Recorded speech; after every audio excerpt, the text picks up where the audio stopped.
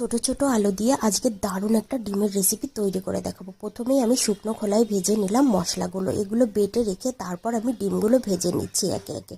তো ডিমটা ভাজা হয়ে গেলে আমি সেই তেলে দিয়ে দিলাম একটু জিরে ফোড়নে, তারপর একটা কেটে রাখা টমেটো, আর দেখো ছোট ছোট আলুগুলো মাঝখান থেকে আমি এক টুকরো করে নিয়েছি। এবার লবণ হলুদ দিয়ে সুন্দর করে ভেজে নিয়ে কয়েকটা চেরা কাঁচা লঙ্কা দিয়ে ডিমগুলো একসঙ্গে দিয়ে দিলাম। এবার সুন্দর করে একটু নাড়াচাড়া করে তারপর আমি দিয়ে দেবো ফুটন্ত গরম জল, কারণ গরম জল না দিলে না ডিমের টেস্টটা আসে না। তারপর দেখো বাটা মশলাটা আমি দিয়ে দিলাম। এইবার তো আমার রেডি হয়ে গেছে ডিমের গরম গরম সেই সুন্দর ঝোল। তো যাই হোক, এখানে ডিমগুলোর সাইজও কিন্তু বেশ বড় ছিল, ডবল কুসুমের ডিম।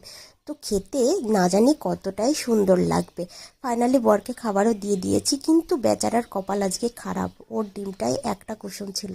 আমারটা খুলে দেখলাম, তো দেখো আমারটাই কিন্তু দুটো কুসুম। দেখো বন্ধুরা একসঙ্গে, ওহ কি আনন্দ।